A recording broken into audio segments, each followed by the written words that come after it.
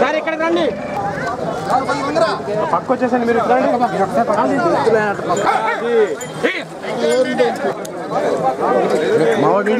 ఏరువాక పౌర్ణమి రైతులకి శుభ సూచకం.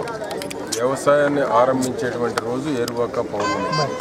పూర్వంలో ప్రతి గ్రామంలో ప్రతి ఇంట రైతు కూడా రైతు ఇల్లాలు ఇంట ఇల్లాలు కూడా కలిసి వ్యవసాయాన్ని ప్రారంభించేటువంటి రోజు దేవుడికి ప్రార్థనలు చేయటం, పూజలు చేయటం, అదేవిధంగా ఎడ్లకు పూజలు చేయటం, నాగలి, గొర్రు, గుంటక దీంతో వ్యవసాయాన్ని ప్రారంభించిన అది 3 పువ్వులు 6 కాయలుగా ఇంత సమృద్ధిగా పంటలు బండి ఇంటికి వచ్చేటువంటి విధంగా ప్రార్థన చేయడం జరుగుతుంది. ఇది కొంతమంది దాన్ని ఆచరించకపోవటం వల్ల కానీ, ఏరువాక పండుగ నిర్వహించకపోవటం వల్ల కానీ ఈరోజు తిరిగి మరలా పూర్వపు రోజులు తీసుకురావాలి, పూర్వపు వైభవాన్ని ప్రతి రైతుకు అందించాలనేటువంటి ప్రయత్నంలో భాగమే ఈ యొక్క ఏరువాక పౌర్ణమి.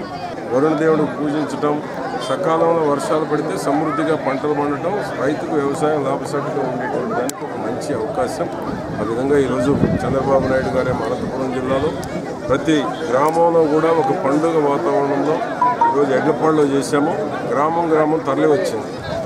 మహిళలు నీటి బిందెలు తీసుకొని వారు పోయటంలో కానీ, అదేవిధంగా వారు సకాలంలో ప్రకృతి కరుణించాలని, ఎందుకంటే చంద్రబాబు గారి ప్రభుత్వం సకాలంలో వర్షాలు పడుతూ ఉన్నాయి. అందరూ కూడా ఎర్లీ మాన్సూన్ వచ్చినాయి కాబట్టి ఎర్లీగా ఖరీఫ్ పంటలు వేసేటువంటి దానికి కూడా రైతులు సిద్ధమవుతూ ఉన్నారు. ఆ విధంగా ఈ యొక్క ఏరువాక పౌర్ణమి ప్రతి ఇంట రైతుకు సిరులు పండేటువంటి ఏరువాక పౌర్ణమి కావాలని ఆశిస్తూ చంద్రబాబు నాయుడు గారి యొక్క నాయకత్వంలో ఈ యొక్క వ్యవసాయం లాభసాటిగా మారాలి, రైతే రాజుగా ఉండాలి. ఈ యొక్క చంద్రబాబు గారి ప్రభుత్వంలో సూక్ష్మ పోషకాలు ఉచితంగా ఇవ్వాలని నిర్ణయం తీసుకోవడం జరిగింది.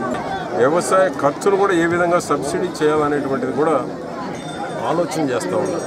వ్యవసాయ పనిముట్లు ఇవ్వడమే కాదు, వ్యవసాయ పనిముట్లతో చేసేటువంటి ఖర్చులో కొంత భాగం రైతుకి సబ్సిడీగా ఇచ్చి ప్రభుత్వమే ప్రోత్సహిస్తే బాగుంటుందనేటువంటిది కూడా రాత్రి ముఖ్యమంత్రి గారు డిస్కషన్ చేయడం కూడా జరిగింది. పండిన పంటలకు కూడా ఇతర ఏ రాష్ట్రాల్లో లేనటువంటి విధంగా ఎప్పటికప్పుడు ఏ పంట పండించి రైతు ఇబ్బంది పడుతున్నాడో ఆ పంటను కొనుగోలు చేసేటువంటి దానికి కూడా చంద్రబాబు గారి ప్రభుత్వం ఎప్పటికప్పుడు నిర్ణయాలు తీసుకుంటుంది.